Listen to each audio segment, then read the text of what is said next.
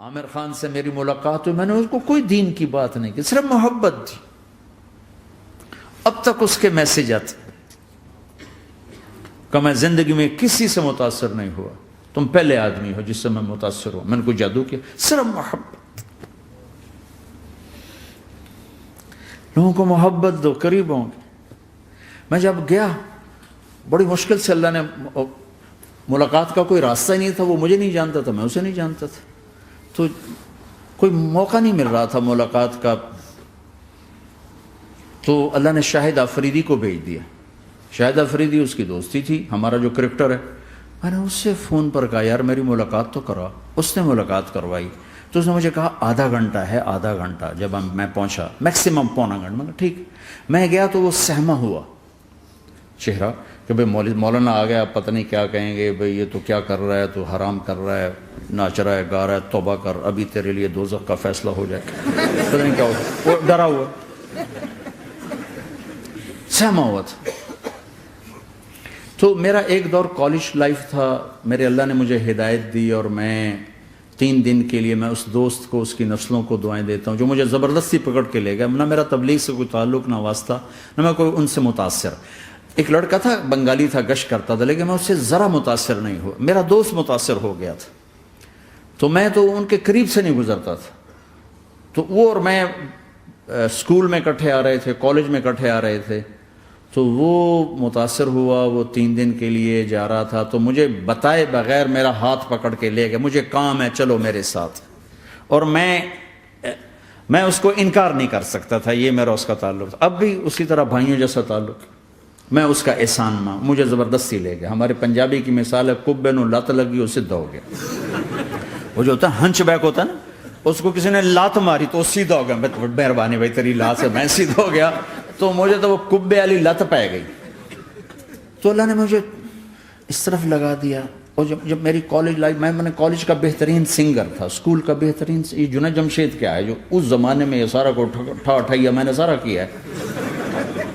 تو اب وہ بیچارہ ایسے بیٹھا ہوا، تو میں نے اس سے بیٹھتے ہی فلموں کی باتیں شروع کر دی۔ اور تھوڑی دیر بعد کہ میں نے محسوس کیا کہ فرام 60 to 72 جو فلم انڈسٹری کو جتنا میں جانتا تھا اتنا وہ نہیں جانتا تھا۔ تو اس کے اوپر میرے علم کا روپ پڑ گیا، اس کی لائن کا علم تھا نا۔ تو حیران پریشان، یہ واز تو ہو نہیں رہا، تو کبھی دلیپ کمار کی باتیں شروع ہو گئیں، کبھی راج کپور کی شروع ہو گئیں، اور کبھی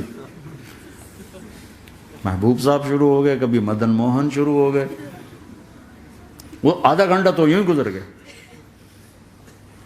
تو آدھے گھنٹے کے بعد میں نے کہا جی ہمارا تو ٹائم اوور کا نہیں، اٹھیں چلے ادھر چل کے بیٹھتے ہیں۔ میں کھانے کی ٹیبل پر تھے تو ہم وہاں جا کے بیٹھ گئے، پھر وہیں باتیں شروع ہو گئیں۔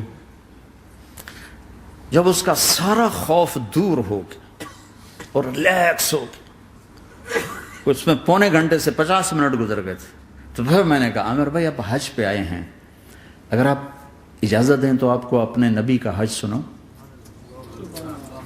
کہنے لگے ہاں جی ضرور سنائی۔ پھر میں 1.25 گھنٹہ بولتا رہا، اور وہ ایسے کر کے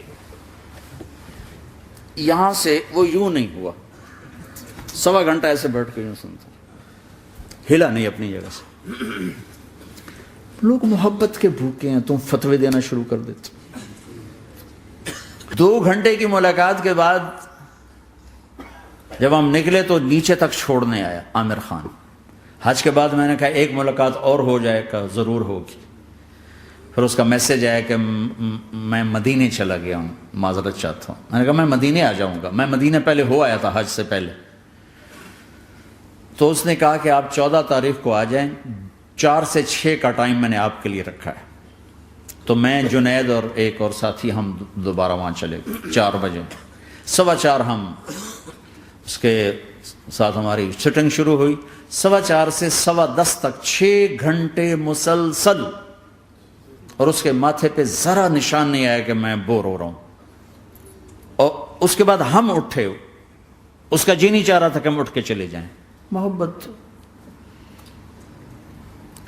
پھر ایک امتحان پڑ گیا، میں اجتماع میں تھا رائمنڈ کے پچھلے سال، اس کا میسج آ گیا میری فلم تلاش آ رہی، اس کی کامیابی کی دعا کرو۔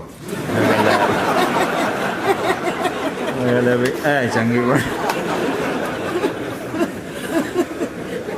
میں نے کہا اب کیا کروں؟ جواب دینا بھی ضروری، دعا بھی نہیں ہو سکتی، کیا کروں؟ تو جب وہ میسج آیا تو میرے سامنے کوئی 10-12 علماء بیٹھے تھے. میں نے کہا بھائی یہ میسج ہے، اس کا جواب. کہا جی یہ ہمارا فیلڈ نہیں تمہارا ہے، تو ہی جواب دے. میں سارا دن سوچتا رہا، مجھے کوئی جواب سمجھ میں نہیں آیا کہ جان بھی بچ جائے، جواب بھی چلا جائے.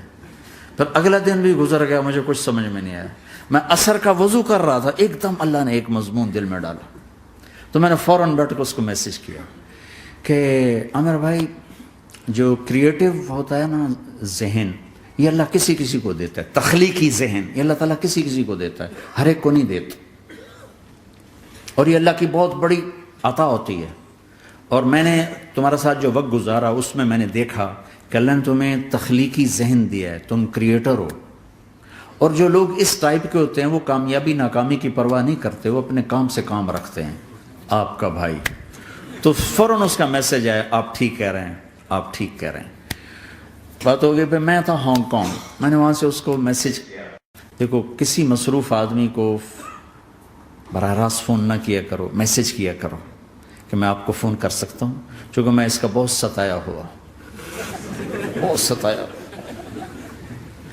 تو میں نے اسے میسج کیا کہ میں طارق جمیل ہانگ کانگ میں آپ کو فون کر سکتا ہوں، میں آپ کو فون کر سکتا ہوں.